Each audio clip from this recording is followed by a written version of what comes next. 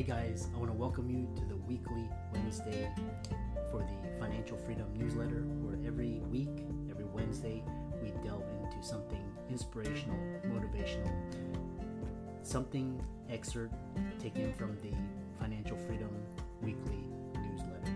Wherever you are, if you're listening on Spotify, on iTunes, Google, be sure to click the like, subscribe, share, comment. And without ado, let's get into the show. Hey guys, welcome to this week's podcast episode for the Financial Freedom Podcast. I'm really excited about today's guest, Ryan Urban. He's the Business Owner's Guide to Money, and he's got a LinkedIn and a YouTube channel. In today's talk, we're going to talk all about the financial challenges faced by business owners, simplified, retirement planning, money, protecting your assets, maximizing the value of your business. It's going to be a great discussion. Ryan, welcome. Thanks, Doctor. It's great to be here. Yeah, all my friends call me Chris, and I consider you one. So tell us, the audience, about yourself, your background, how you got started, and we'll get into it. You know, sure. It's interesting because you just had a guest on not long back, Anna. I'm trying to remember her last name. She was talking about Anna Nelson, and she was talking about how a situation where she faced a tough career decision. She had to, she wanted to do something new, but she wanted to do something that she loved, that she wanted to go to work. And I was sitting here cheering her on because I had the same kind of a situation happen to me. I was in broadcasting for about 20 years, and the whole time I was in broadcasting, I kept thinking to myself, I'm just doing this until I decide what I'm going to do when I grow up. One day, I was doing an appearance. That's you go somewhere and you talk to people and they pay you for showing up. And I was done with that. I was sitting in my car in Santa Cruz, California at a 7-Eleven. And I was thinking to myself, I've got to do what I want to do with my life. I just don't want to do this anymore. Well, I always wanted to be a financial advisor. But you got your testing and education and training and all this stuff. It takes a long time. Well, it occurred to me that the time was going to go by anyway. And so I might as well do it. So I did it. And I was an advisor for about 20 years, wrote a book called The Business Owner's Guide to Money. And one day last year in July, I got a call out of nowhere, and it was a group. I lived in Colorado Springs. It was a group there who wanted to merge with my firm. And I said, yeah, I'm probably a little closer to retirement. And they go, oh, well, that could work too. One thing led to another. And October 31st of last year, I sold my business. And now I help individuals and businesses with really three things. And I work with them only on an hourly fee basis. I don't take percentages and all that stuff. We look at investment guidance, investment planning, retirement planning, and asset protection. I was going to retire, and I told my wife and kids, yeah, I'm going to retire, and they laughed. They thought that was funny. I'm nowhere near being ready to do that. So that's where I am. That's how I got here. Yeah, really interesting. And I love this idea of going for it. Like I said, the time's going to pass by and you're missing out by not acting. One thing is talking about of the financial challenges faced by business owners and the biggest financial mistakes business owners make. Mm-hmm. What is that?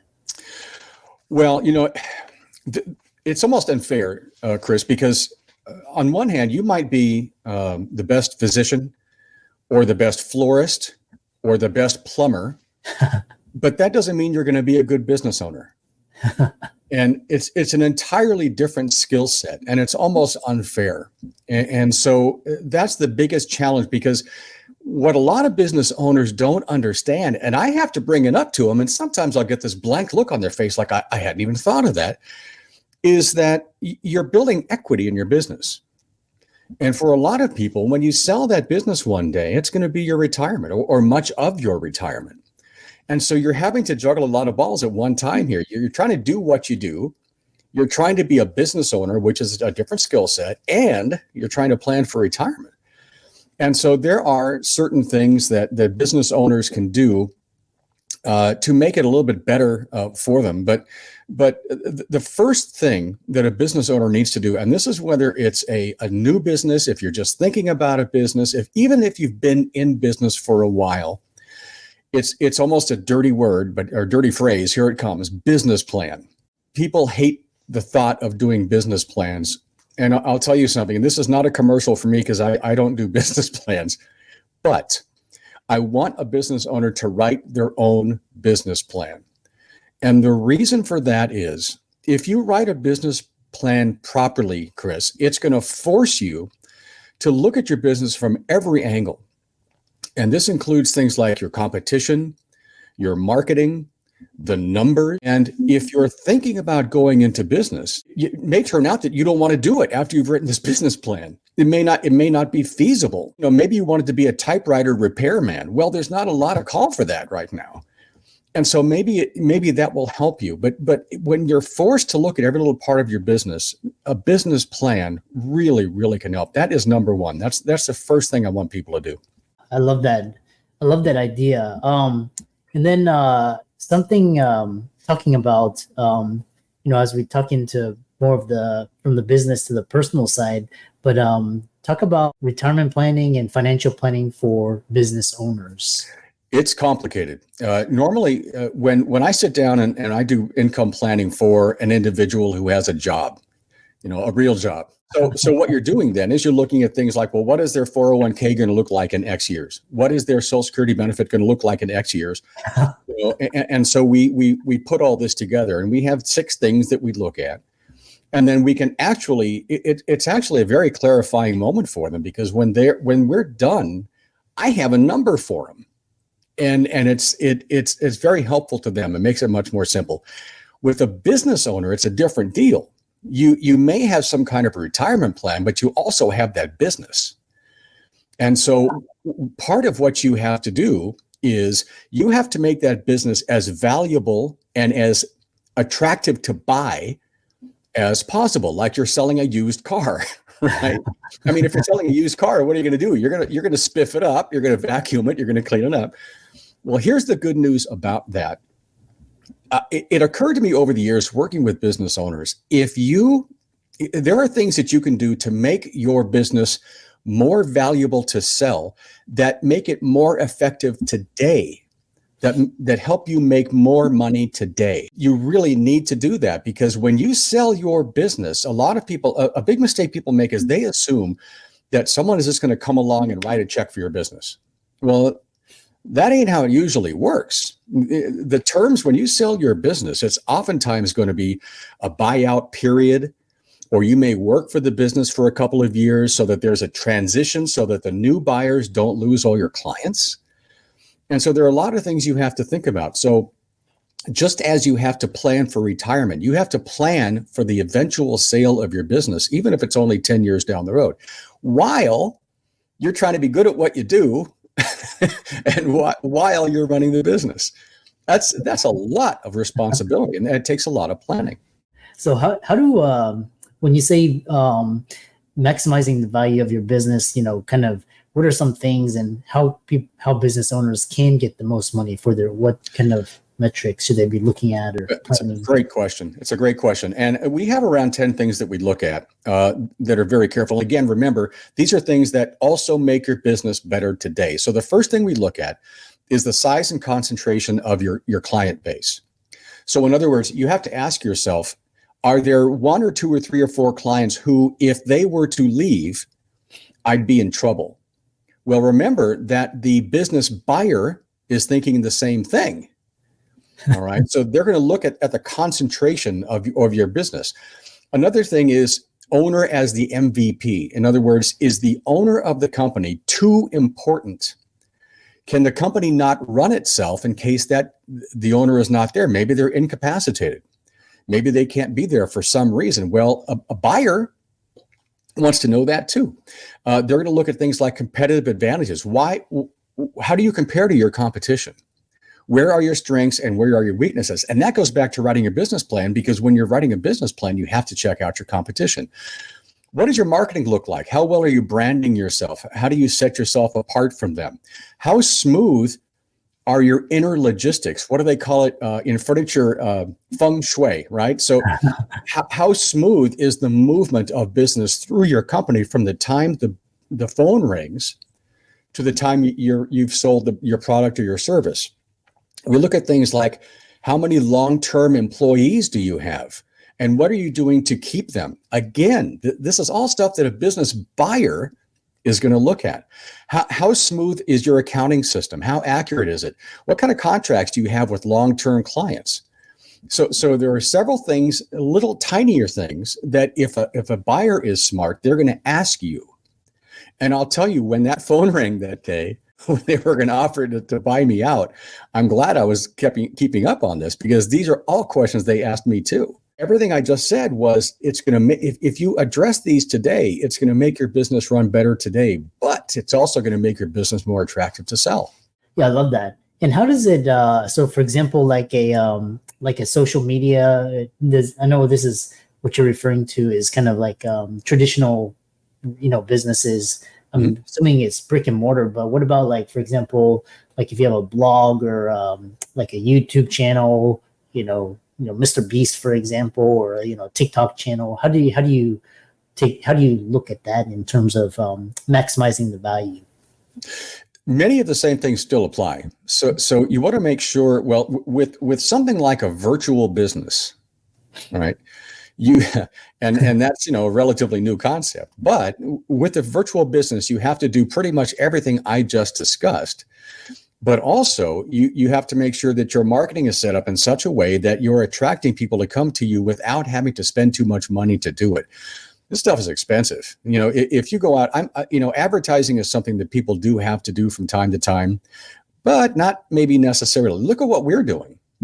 What we're doing right now is, what you're doing with your podcast is you're providing value for your viewers. It's not like you're sitting there trying to sing. You're providing value to your viewers. And I think that a person who's interested in buying something, they can smell when someone is playing games with them. So the first thing you have to do when you're on social media is provide value. Sometimes it's going to come back around, sometimes it's not. But the thing is, two things. One, it may come back around, but also the more you do it, the better you get at it. And so social media can be absolutely fantastic as long as you continue to provide value. Now, the weakness of it is, remember I talked about owner as the MVP, because you and I are the face of our podcast, right? Yeah. So if we were to leave, there's a problem. So what you do there is you have a plan in place where someone is going to replace you. Or they and a great way to do that is have them come on, have them join you, and then slowly you do a handoff. You know who's doing that? I used to be a Dave Ramsey SmartFester Pro, and he's in the process of doing that now, where he's probably seeing the end zone, the retirement, and so he brings in other people to assist, and now they're as well known as he is, just about. I think Tony Robbins is also doing the same thing. I see him. There's two, like there's Scott something and there's another Ken something, but he's actually, he does more of but it's interesting. The other question is, what's the best way to avoid financial risk? Because, these days your business can get shut down for, like COVID, or, you could face a lawsuit. How do you avoid all this volatility? Well, that comes in different flavors, because as a business owner, your risk has to be covered by things like insurance. That includes things like professional insurance, but you also have to protect yourself health-wise. And there are ways to do that. There are ways to use a life insurance policy to pay for long-term care. Mm-hmm. Because if you're put down for X months, we go back to owner as MVP. If you're not there, what's going to happen to your business? So you have to have a plan in place. And we go back to the word planning. And that's why we have to do this, because you have to plan for the unexpected. So make sure that your professional insurance is up to speed. And then you got to make sure that your inner insurance, that you have someone to whom you will hand things off. And in my industry, that's called a key person, right? So that's going to be someone who really gets it who understands what you're doing and how you're doing it, they're worth their weight in gold. And if I'm talking to business owners here and I say it's hard to find good people, they're not going to be disagreeing with me. I mean, it is hard to find good people. So if you get somebody, you have to incentivize them to stay with you and to work with you. And again, a buyer is going to be looking at that as well. When it comes to things like investment risk and a risk with your money, the best way I can put this is the bad news is there are so many options out there with money. The good news is there are so many options out there with money. In other words, there are different ways to do this that control your risk. And as long as you make sure, there might be, let's say, 4 or 5, 6 different ways to grow your money. Well, if you understand what they are, Chris, and if you boil them down to 4 or 5 good ones, then you can choose the one with which you are most comfortable. And it doesn't matter. It doesn't matter which one it is, as long as it's a good plan, obviously. But the problem is, and this is another mistake I see a lot of people making, is they can't take as much risk as they think they can. So when it goes south on them, and it will, at some point, it's going to go south on you. If you're comfortable with what you're doing, you're going to stick it through. If you're not, what are you going to do? You're going to jump. And you're going to jump. What does Dave Ramsey say? The mistake people make is, on a roller coaster, they jump off at the bottom. Well, you don't want to jump off at the bottom. You want to ride it back up. And so planning, being comfortable with what you choose with your money could not be more important, because you really want to have a long-term plan that you like and that you can sleep at night. What about, for example, now with competition, especially, for example, if you see what Netflix did to Blockbuster or what Amazon, my wife and I were driving along the highway, and this really vibrant mall that we used to go to when I was a kid is gone. It's like empty. So how do you prevent that, or just kind of AI and, quantum computing, these technologies could just rapidly just take you out. That's such a huge question. I'll be perfectly frank with you. I don't have a full answer yet.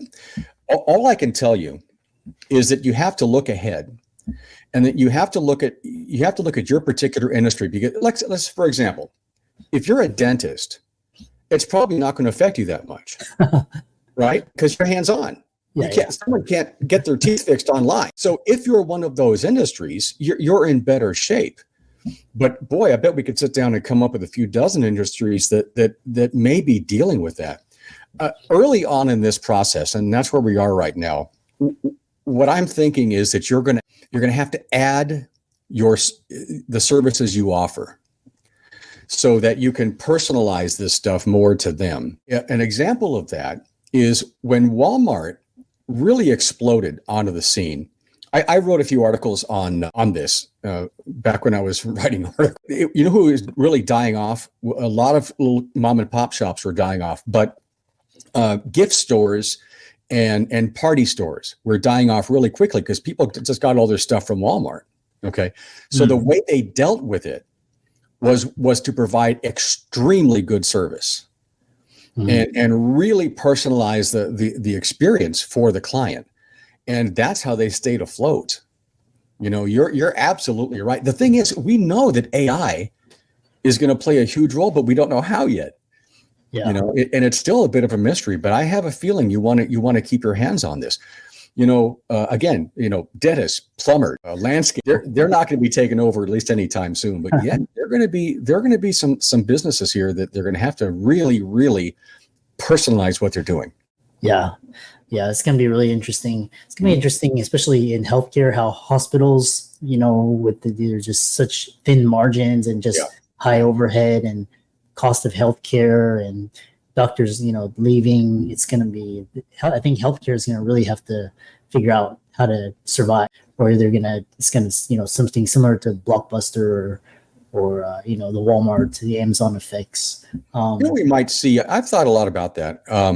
What we might see is I don't want to use the word breakup, but where we see some of the smaller professional medical services springing up like neighborhood thing, like Walgreens is doing now, where they have these little tiny clinics where the triage is not, is not that big a deal, and the actual services are not that big a deal. And we may see the medical profession bring itself up over that level a little bit and take on the more acute situations, because it's, that's going to be a challenge too. But that's another thing that is not easily going to be fixed.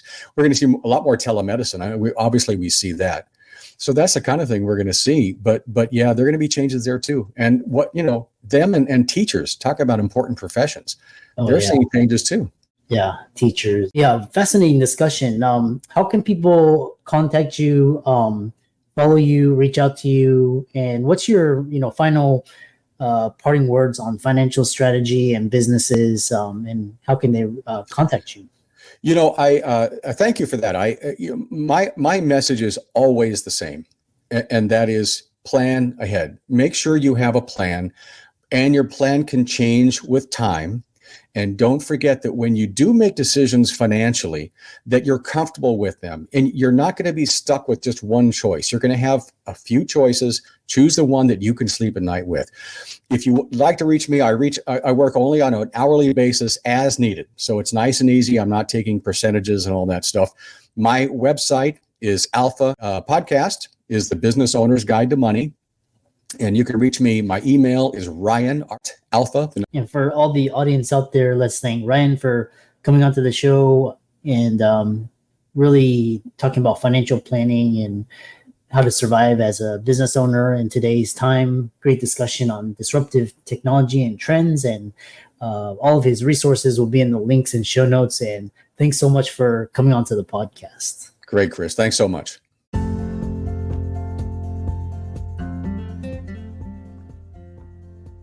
Hope you really enjoyed that wonderful, inspirational, motivational piece. Again, wherever you are listening, if you liked it, be sure to like, comment, share, subscribe. We're on everywhere: Spotify, iTunes, Google, Amazon, Audible. And without much ado, be sure to thank this show's sponsors, and we'll see you next week.